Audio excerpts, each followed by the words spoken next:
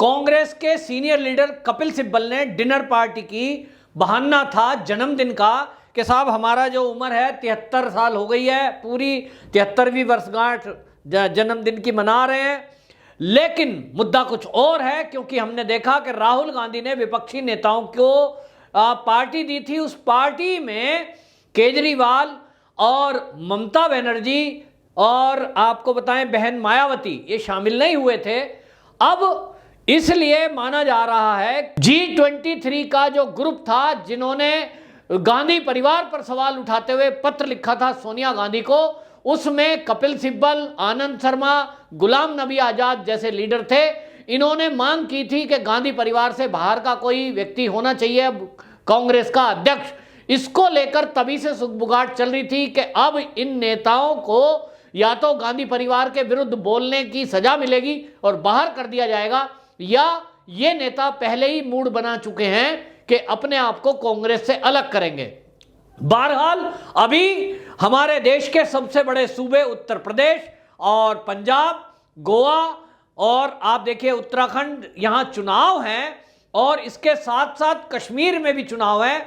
और इसलिए ये जो कांग्रेस के सीनियर लीडर हैं, इन सब ने ये विचार किया होगा कि अगर राहुल गांधी और सोनिया गांधी के नेतृत्व में ही ये चुनाव भी लड़े गए, निश्चित रूप से जो हालत पहले चुनाव में हुई है वो उससे भी खराब हालत अब इन चुनाव में भी होगी। क्योंकि हमने देखा कि असम के अंदर, पश्चिम बंगाल के अंदर कांग्रेस दूसरों को जिताने में लगी रही, खुद का अस्तित्व उनका खत्म हो गया।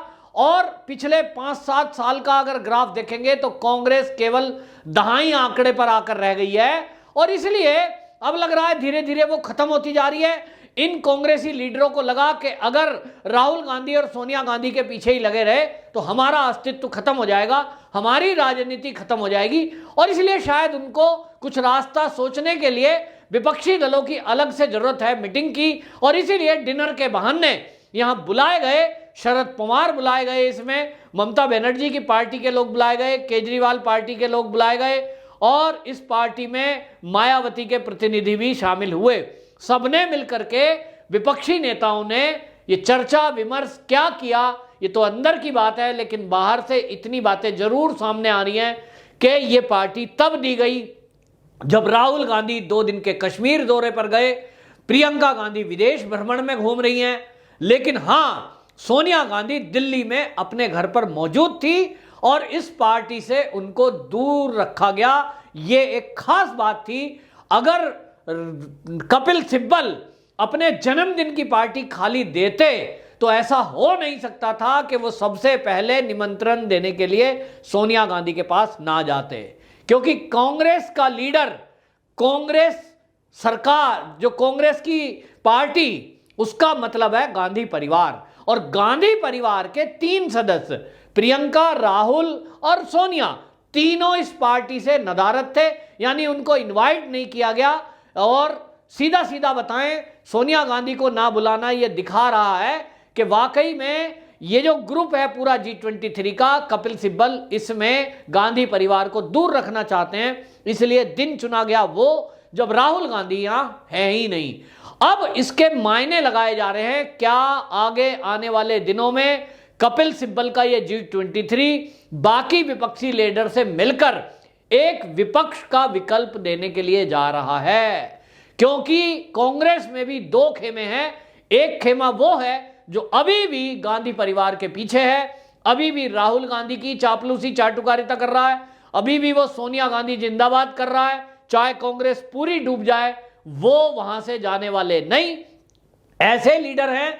दूसरी तरफ ऐसे लीडर हैं जो ये कह रहे हैं कि कांग्रेस का बुरा हाल होता जा रहा है, राहुल गांधी में क्षमता नहीं है, सोनिया गांधी नेतृत्व कर नहीं पा रही हैं, और ऐसे में कांग्रेस को एक ऐसे लीडर की जरूरत है जिसके पास अनुभव हो, जो इस डूबते काल में कांग्रेस को उबारने में काम कर सके।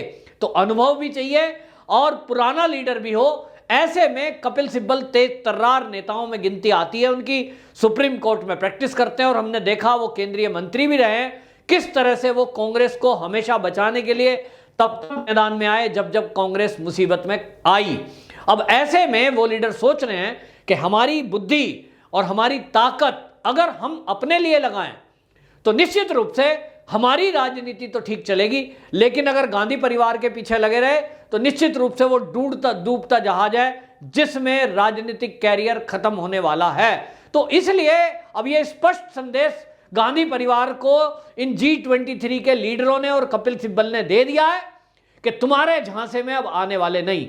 यूं तो आपको बताएं, जम्मू कश्मीर के इस दौरे को लेकर गुलाम नबी आजाद जो कि कश्मीर से आते हैं और कश्मीर का बड़ा चेहरा है, उन्होंने भी बयान दिया हल्की फुल्की भाषा में, लेकिन ऐसा लग रहा है कि अब आने वाले चुनाव में, कश्मीर के जो चुनाव हैं उसमें ये नया G23 के जो चेहरे हैं, ये गुलाम नबी आजाद उस G23 में शामिल हैं।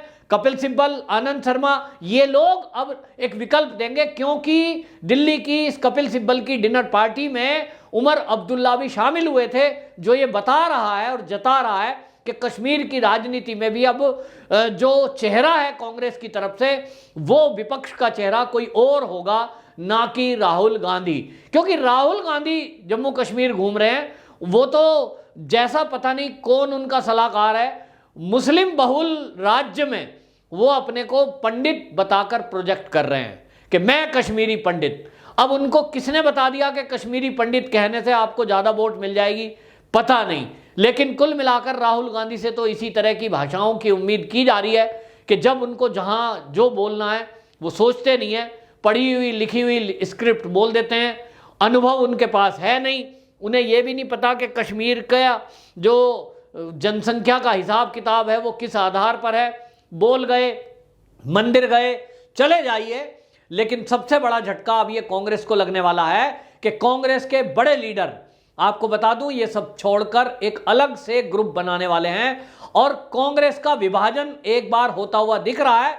जिस तरह से इंदिरा गांधी के टाइम में हुआ था कि कांग्रेस आई बन गई थी, कांग्रेस इंदिरा, इसी तरह अब ये G23 वाला जो ग्रुप है एक अलग मुहिम छेड़े हुए है। चाहे उन्होंने सीधे सीधे गांधी परिवार पर सवाल उठाया था, लेकिन आज विपक्षी नेताओं को एकजुट करके, और विपक्षी नेता भी जो उनके पास आए हैं, चाहे उसमें संजय राउत आए शिवसेना के, चाहे जो है एनसीपी के शरद पवार आए, अरविंद केजरीवाल आए, ममता बनर्जी भी उसमें थी, लालू प्रसाद भी उसमें थे, सबने ये जता दिया कि सारा विपक्षी दल कपिल सिब्बल के साथ खड़ा है।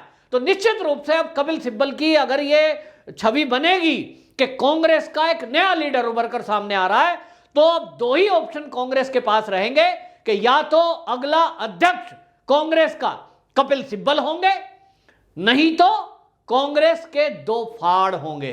बहरहाल कांग्रेस के लिए एक नया सत्र शुरू होने जा रहा है, एक नया चैप्टर शुरू होने जा रहा है। निश्चित रूप से अगर कपिल सिब्बल या गुलाम नबी आजाद या आनंद शर्मा जैसे कोई पुराने लीडर नई लीडरशिप में उभरकर, नया नेता उभरकर और अध्यक्ष के रूप में कांग्रेस के आते हैं, तो कांग्रेस में कुछ तो फर्क पड़ेगा। जो कांग्रेस आज मजाक का पात्र बनकर रह गई है, राहुल गांधी के बयानों के कारण, राहुल गांधी के कारनामों के कारण, बयानबाजी के कारण हंसी का पात्र बनना पड़ता है, शर्मिंदा कांग्रेस को होना पड़ता है। कम से कम ये पुराने लीडरों के आगे आने से कांग्रेस की हालत कुछ ठीक होगी, लेकिन यह भी तय है कि मोदी के होते हुए किसी विपक्षी दल की दाल गलने वाली नहीं है। सारा विपक्ष इकट्ठा हो जाए, चाहे कांग्रेस का अध्यक्ष बदल जाए, निश्चित रूप से 2024 में मोदी को हिलाना तो संभव नहीं है। क्योंकि आप देखिए, जितना भी ग्राफ आप देखेंगे कांग्रेस का जो गिरता जा रहा है, अब तो मोदी सरकार ने 6 साल में इतने काम कर दिए और अभी 3-4 साल और बचे हैं, तब तक मोदी जी इतने लोगों को मकान दे चुके होंगे कि वो एक विश्व रिकॉर्ड होगा। इतने लोगों को गैस कनेक्शन दे चुके होंगे महिलाओं को कि वो एक विश्व रिकॉर्ड होगा। इतने किसानों को सम्मान निधि वो डायरेक्ट खाते में डाल चुके होंगे कि किसानों को सबसे बड़ी राहत होगी। और जो लोग ये नौकरी के लिए अपना मार्ग तलाश रहे हैं, उनको भी नौकरी रोजगार उपलब्ध कराने वाली सरकार सबसे बड़ा रिकॉर्ड अगर बनाएगी तो वो मोदी सरकार बनाएगी। क्योंकि जो योजनाएं मोदी जी की हैं, उन योजनाओं में युवा को अपने पैरों पे खड़ा करना है, जो मोदी सरकार इस काम में लगी हुई है। और जिस तरह से इंफ्रास्ट्रक्चर खड़ा किया है मोदी सरकार ने, चाहे वो हाईवेज बनाकर हो, चाहे वो रेलवेज बनाकर हो, चाहे वो बॉर्डर एरिया में सड़कों का जाल हो, किस तरह से बड़ी बड़ी टनल बनाकर उन्होंने दूरियां घटाई हो और शहरों की। और इससे आप देखेंगे कि मोदी जी का जो गुणगान है वो दुनिया, भारत के अलावा दुनिया में जय जयकार होगा। निश्चित रूप से 2024 का चुनाव विकास के मुद्दे पर होगा और उस समय कांग्रेस कहीं टिक नहीं पाएगी, पूरा विपक्ष जवाब नहीं दे पाएगा, क्योंकि इन्होंने केवल नफरत की राजनीति की है। लोगों को झूठ बोलकर, बहकाकर, भटकाकर, इन्होंने आपस में बांटकर केवल राज किया है। लेकिन आज मोदी जी जब विकास करने में लगे हुए हैं, लोग इनकी असलियत समझ चुके हैं। पूरा विपक्ष लूट खाओ में मचा हुआ था, 70 साल इस देश को लूट करने में लगे हुए लोग थे। अब उनको खाने को नहीं मिल रहा है तो बौखला रहे हैं। और आज मोदी सरकार जिस तरह से काम कर रही है, जिस तरह का उसका एक तरीका है काम करने का, भ्रष्टाचार मुक्त शासन, वो देने में कामयाब रही है। आज मोदी जी को 6 साल से ऊपर सत्ता में हो गया। झूठा आरोप तो एक आध बार उन्होंने लगाया राफेल और इधर उधर को लेकर, लेकिन वो कहीं टिक नहीं पाया, बेशक सुप्रीम कोर्ट तक में केस गया। इसी तरह ये केवल झूठ बोलकर भटकाने की कोशिश कर सकते हैं लोगों को। लेकिन आज मीडिया और सोशल मीडिया इतना एक्टिव है कि जरा जरा सी खबर आपके पास पल भर में आती है, और इसलिए लोग अब मूर्ख बनने से रहे। किसानों को जो सम्मान निधि मिल रही है, महिलाओं को मोदी जी ने जो स्वरोजगार उपलब्ध कराए, उसके कारण जीवन स्तर सुधरा है। वहीं कानूनों में परिवर्तन किया गया है। तो कश्मीर के चुनाव में कश्मीर में भी विकास और कश्मीरियों के लिए जो सबका साथ सबका विकास का मुद्दा लेकर मोदी जी चले हैं, उसके तहत आप देखना कि परिसीमन के बाद नया एक कश्मीर उभर करके सामने आ रहा है। निश्चित रूप से कांग्रेस की दाल तो गलनी है नहीं, लेकिन इन नेताओं में कुछ नेता ऐसे जरूर हैं जो भाजपा में आने वाले दिनों में शामिल हो सकते हैं, जिसमें मैंने बताया था गुलाम नबी आजाद हो सकता है अगला कश्मीर के अंदर एक बड़ा चेहरा भाजपा का बनकर उभर सकते हैं। ऐसे अंदर के सूत्र बताते हैं। भविष्य के गर्त में छुपी हुई बातें हैं, क्या होता है 2-3 महीने के अंदर वो सब आप देखेंगे। इतना तय है कि कांग्रेस में कुछ अंदर अंदर खिचड़ी पक रही है, जिसका रिजल्ट अगले कुछ आने वाले दिनों में आपको देखने को मिलेगा, जहां आपको गैर गांधी परिवार का कोई नया अध्यक्ष देखने को मिल सकता है। वंदे मातरम।